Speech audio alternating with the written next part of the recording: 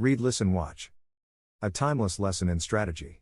The Book of Five Rings is a study of conflict.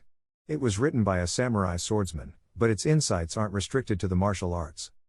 Over the centuries, it's been read by philosophers, politicians, and business leaders. Today, it's as likely to be found on the bookshelves of athletes and CEOs as it is in the libraries of karate or aikido practitioners. That's hardly surprising. Miyamoto Musashi was a gifted swordsman, but he was also a subtle and penetrating thinker. What he has to say about the mindset required to achieve victory speaks to anyone whose life involves conflict. Learn to focus on the essential. It was well past midnight on October 10, 1643, when Miyamoto Musashi began writing the Five Scrolls which immortalized his name not only in Japan but far beyond his own place and time. It was late in another sense, too. Musashi, now 60, understood that his life was nearing its end. His strength was dwindling, time, he knew, was short. The leaves were already yellow and red when he left the bustling castle town in which he'd lived that fall. He climbed a forested mountainside and entered the cave in which he planned to spend his final days. It was a sacred place devoted to Kannon, the compassionate deity in Japanese Buddhism who guides deceased souls into paradise. For 2 years, Musashi meditated on his life and recorded his thoughts in the cave. The result of his life's final labor was a manuscript distilling his insights into the nature of conflict and strategy. Before we turn to that manuscript, though, we need to rewind a little. To understand Musashi's ideas, we need to say something about the time and place in which he lived. Musashi was a samurai. The word comes from the Japanese verb saburao, meaning to serve as an attendant. Originally, that's what samurais were, the servants of Japan's noble rulers. They defended their lords' estates and policed their subjects. Over time, though, the samurai class grew more ambitious. By the 12th century, the emperor who nominally ruled Japan was little more than a ceremonial figurehead. Real power belonged to military dictators drawn from the samurai class known as shoguns. The centuries that followed were marked by power struggles, rivalries, and civil wars. The samurai's warrior ethos was forged in this period. In the early 17th century, one warlord overshadowed all others, Tokugawa Ieyasu. In 1603, Ieyasu established a new centralized state with its capital in Edo, today's Tokyo. He was able to do something no other shogun had: he disarmed his rivals. Potential usurpers were forced to minimize their contingents of warriors, resulting in large numbers of unemployed samurai. Their training and culture had prepared them for a life of battle and bloodshed. Now they faced an uncertain future in a nation that was discovering the virtues of peace. Some samurais became priests or doctors. Others turned to crime, one of the period's great social problems.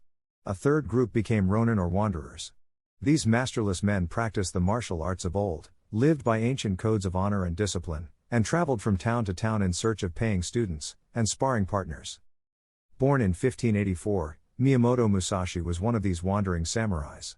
He taught martial arts and practiced his true vocation, swordsmanship. Many of the biographical details we have about Musashi's life were recorded by his students.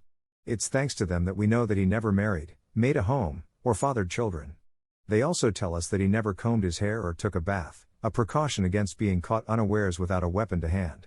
These accounts also give us a glimpse of his temperament.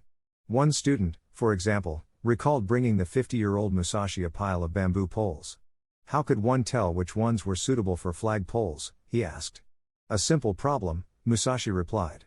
He picked up one pole after the other and smashed it against the ground, discarding those that shattered and keeping the rest, an unquestionable method, as the student noted. As we'll soon see, such directness and pragmatism was one of Musashi's defining traits. As a swordsman, Musashi was undefeatable. Between the ages of 13, when he had his first bout with another samurai, and 30, when he retired, he fought 60 duels, winning all of them.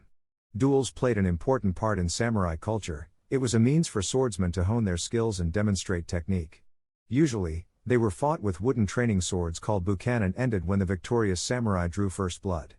But when honor or political power was on the line, duels were fought to the death. In these bouts, Musashi typically wielded a katana, the curved, single-edged steel sword worn by all samurai, but he was also capable of inflicting mortal wounds with a bokken. By his own reckoning, Musashi possessed no extraordinary skill as a swordsman. Nor was he especially fast or fleet-footed. What had brought him victory time and again, he said, was his way of focusing on what was essential and discarding everything inessential. That was what he hoped to pass on to the readers of the Book of Five Rings. The warrior's true purpose is to triumph, not to die honorably. There were competing schools among the wandering swordsmen. Each claimed theirs was the true way. It was said that the founders of these schools had been enlightened by gods or demons who'd revealed secret stances and styles of cutting opponents down. These claims weren't debated, the followers of these schools settled their arguments by fighting duels. For all their differences, though, these schools shared a worldview. They drew their philosophy from the deep well of samurai culture. In this way of thinking, a warrior's purpose was to serve his master, the lord who paid the samurai and supported his family. This lord was the head of the social unit, the clan, which gave the warrior his identity. To die while fighting for the clan was the highest good, that was how a samurai consummated his identity. Musashi disagreed. For him, this was a philosophy of dying that had mystified the warrior's true purpose. Death, he said, comes to everyone eventually. A farmer, artisan, or maid can meet it with as much resolve as a soldier. But if death doesn't set the warrior apart from other classes in society, what does? Musashi's answer was characteristically pragmatic. The warrior distinguishes himself by overcoming his opponents. He wins. Why else would a lord give a man a sword and stipend? Honorable deaths don't bring victory on the battlefield. Musashi told his students that their intent should always be to triumph, not to die with weapons worn uselessly at their side. Every role in life, Musashi said, has its own distinctive purpose or way. The doctor's way is to heal the sick. The carpenter's way is to organize materials so that they're useful to humans. The Buddhist's way is to help people discover the nature of reality. The warrior's way is to excel others in all he does. Defeating enemies, in other words, is one expression of an attitude and purpose which guides his behavior in every aspect of life. He always seeks to win.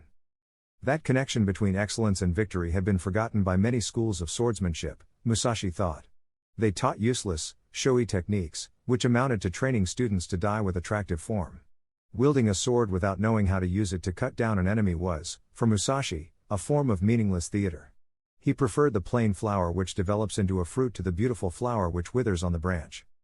The warrior who seeks victory must be fluid in mind and body. Water is one of the 5 elements which make up the universe in Japanese Buddhist thought. Unsurprisingly, it represents all fluid, flowing, and formless things. Water is always water, but it can take on different shapes. It follows the form of the container into which it's poured. In a bowl, it's wide and shallow. In a vase, it's tall and narrow. It can be a single drop of rain or an ocean. Water, in short, isn't preoccupied with attaining a certain state, it's responsive. The true warrior, Musashi taught, moves like water. He responds to what's in front of him. He adapts. One of the reasons Musashi disliked showy techniques is that they got in the way of responsiveness. The swordsman whose mind is focused on his own footwork or executing certain combinations of cuts and thrusts loses sight of his opponent. It's as though he's reading from a pre-prepared script. But a battle isn't a theater play. It's improvised and dynamic. The swordsman must watch his opponent's movements and respond accordingly. He must be fluid. How does the warrior attain such fluidity? Musashi's answer is that he brings the same mindset to battles as he brings to every other part of his life. This idea is rooted in Zen Buddhism, which teaches that the everyday mind is the true way. Let's break that down. Zen Buddhism holds that outstanding or exceptional states of mind are unnatural, and the unnatural is unreal. These states run against the grain of human psychology. In Musashi's words, they require an unsustainable tautness of mind. They're moments of extraordinary focus that can rarely be maintained for long.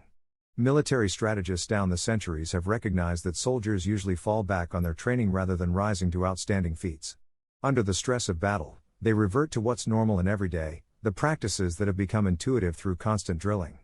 The swordsman, too, must train until his movements become as natural as walking or sleeping or any other everyday action. When these movements are second nature, he'll be able to use them without any great thought. His mind will be attentive to his situation and his body will follow effortlessly. The way of victory is in devising difficulties for your opponent. A duel wasn't only a physical meeting of bodies and swords, it was also a psychological struggle between minds. Battles, Musashi wrote, could be won or lost on this latter terrain. That was something he knew well from experience. When he was 28 years old, Musashi was challenged to a duel by his greatest rival, Sasaki Kojiro, a swordsman known for his use of a particularly long blade. Technically, Sasaki was unrivaled.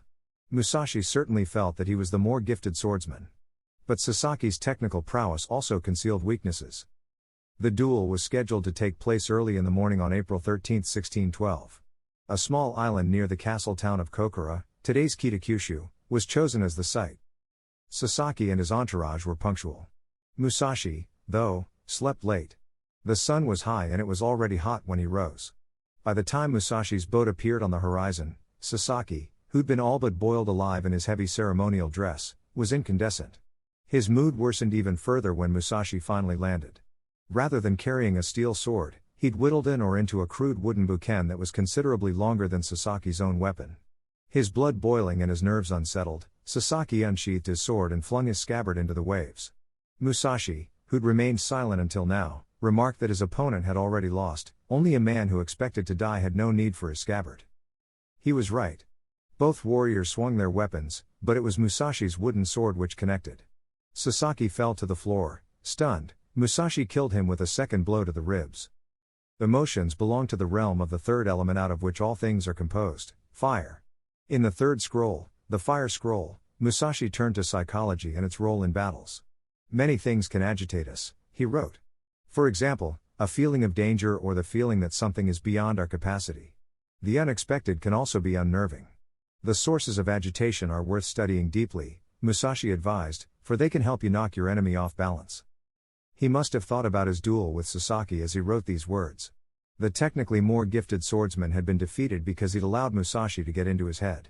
Sasaki's strong sense of dignity had been deliberately offended, and his anger had clouded his thinking. The carved wooden sword had thrown him, too, as Musashi had calculated. Turning up to duel with such a crude weapon also offended Sasaki. Its length, meanwhile, undermined his confidence. He'd grown used to wielding the longer weapon in fights. Sasaki had, in short, been defeated psychologically before the duel began. As Musashi put it, victory is the fruit of devising difficulties for your opponent. Wage psychological war on him effectively enough and he'll defeat himself. Final summary. The warrior's purpose is to achieve victory. That's as true on the battlefield as off. Really, the warrior's defining trait is a will to excel in everything. The means of achieving this excellence? Mindset. If you understand your enemy's psychology and remain fluid, you'll be able to respond quickly and effectively to every conflictual situation you encounter.